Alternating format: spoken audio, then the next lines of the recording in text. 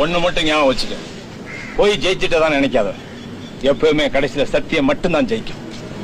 அது வரைக்கும் நான் நிம்மதியா தூங்கிடுவேன். உன்னால முடியுமா? மனசுதான்டா கோர்ட். அதுக்கப்புறம் தான் இதெல்லாம்.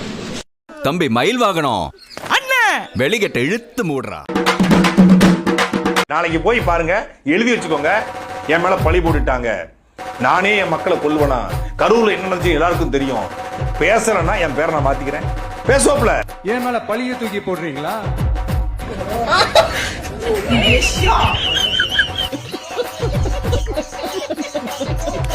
நான் மக்களை விட்டு ஓடிடுவேன் நினைப்பா?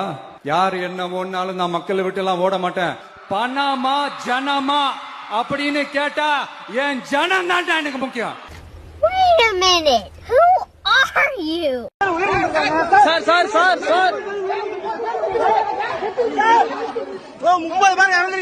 ஓடு ஓடு ஓடு ஓடு ஓடு ஓடு ஓடு ஓடு ஓடினே இருக்கிறாரு.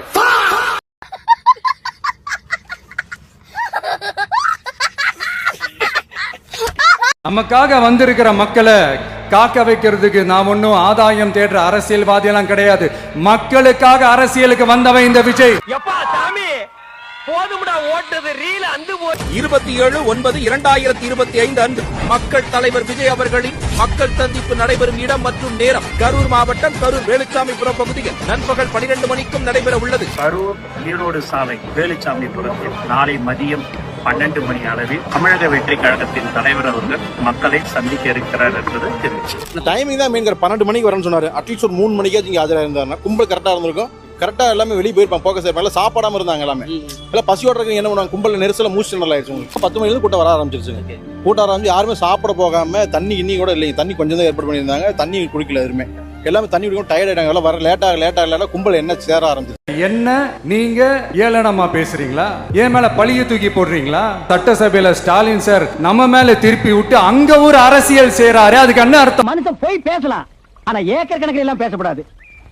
எந்த ஒரு அரசியல் கட்சி தலைவரும் தன்னோட தொண்டர்களும் அப்பாவி பொதுமக்களும் இறக்கிறத எப்பொழுதும் விரும்ப மாட்டாங்க. அரசியல் நிலைப்பாடுகள், கொள்கை முரண்பாடுகள், தனி மனித பகைகள்னு எல்லாத்தையும் விலக்கி வச்சுட்டு எல்லாரும் மக்களுடைய நலனுக்காக சிந்திக்கணும்னு கேட்டுக்கிறேன். சமூக வலைத்தளங்களில் தேவையற்ற வதந்திகள் பரவிய போது அதற்கு முற்றுப்புள்ளி வைக்க வீடியோ மூலமாக எந்த அரசியல் கட்சி தலைவரும் தன் கட்சி தொண்டர்களும் அப்பாவி பொதுமக்களும் இறப்பதை விரும்ப மாட்டார்கள் என்றுதான் நான் குறிப்பிட்டேன். இறந்தவர்கள் நமது உறவுகள் என்பதை மனதில் வைத்து அனைவரும் செயல்பட வேண்டும் என்று கேட்டுக்கொண்டேன். இப்படி ஒரு சம்பவம் நடந்துருச்சு. இது ஏன், எதனால, அதுக்கான பின்னணி என்னன்ட்டு அந்த வலியோட வீட்டுல உட்கார்ந்துட்டு இருக்கிறேன். ஓடி ஒளிஞ்சிட்டான் வர சொல்றீங்களா? வாயின்னு முன்ன இருந்தா என்ன வேணாலும் பேசுவீங்களா?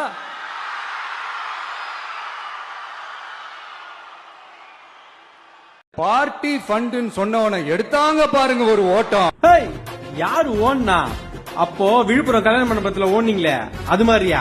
ஓடு ஓடு ஓடு ஓடு. அப்புறம் கரூர்ல 41 பேர் செத்துட்டாங்கன்னு ரிப்போர்ட்டர்ஸ் எல்லாம் கேள்வி கேட்டாங்களே, அப்ப ஏர்போர்ட்ல விட்டீங்களே ஒரு ஓட்டம். நிக்காம ஓடு ஓடு ஓடு. ஓட்டத்தை பத்தி எல்லாம் நீங்க பேசலாமா? பார்ட்டி ஃபண்டுன்னு பேசும்போதே நடுவுல எழுந்து கேள்வி கேட்டவர் எங்க எதிர்கட்சி தலைவர். உங்கள மாதிரி கேட்ட கேள்விக்கு மறுநாள் எழுதி எடுத்துன்னு வந்து படிக்கல. பார்ட்டி ஃபண்ட் கட்சி நிதி. மாண்புமிகு முதல்வர்கள் பதில் அளிக்க பிறகு அவர் சொன்ன வார்த்தை பார்ட்டி ஃபண்ட் சொன்னார். எந்த பார்ட்டின்னு சொல்ல. அவர் பார்ட்டி ஃபண்ட் அப்படின்னு சொல்லியிருக்கிறாரு. ஒரு அமைச்சர் அவரு அந்த பார்ட்டி ஃபண்ட் எந்த பார்ட்டின்னு கூட சொல்ல. தைரியம் இருந்தா சொல்லுங்க, நாங்க அதெல்லாம் ஃபேஸ் பண்ண தயாரா இருக்கோம். உங்க ரூட் மாஃபியாவும் விர்ச்சுவல் வாரியஸும் தான் பொய் சொல்லாங்கன்னு பார்த்தா சிஎம் ஆன நீங்களே பொய் சொன்னா எப்படின்னா?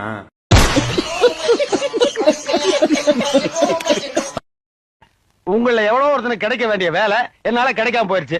ஏன் இப்படி பண்ணி எங்கிட்ட நியாயம் கேட்க வந்திருக்கீங்க. இதுக்கு நான் என்ன பதில் சொல்ல போறேன் தெரியுமா? அப்படித்தான் பண்ணுவேன். உங்களால என்னடா பண்ண முடியும்? என்ன பண்ண முடியும்? என்ன பண்ணுவீங்க? கத்துவீங்க, அப்புறம் கத்துக்க. அட கத்துக்கப்பா. படிச்சு முடிச்சுட்டு ஏதோ ஒரு நம்பிக்கை நாங்களும் அலைஞ்சிட்டு இருக்கோம். எங்களுக்கா நீங்களும் என்ன செய்ய போறீங்க? ஆளுக்கு ஒரு சங்கு கொடுப்போம்யா, வாயில வச்சு ஊதுங்க. அது கூட சீக்கிரம் போகணும்ப்பா, இல்ல வெறும் வாயுதா, வாய் வலிக்கும். எதுக்கு சிரிக்கிற?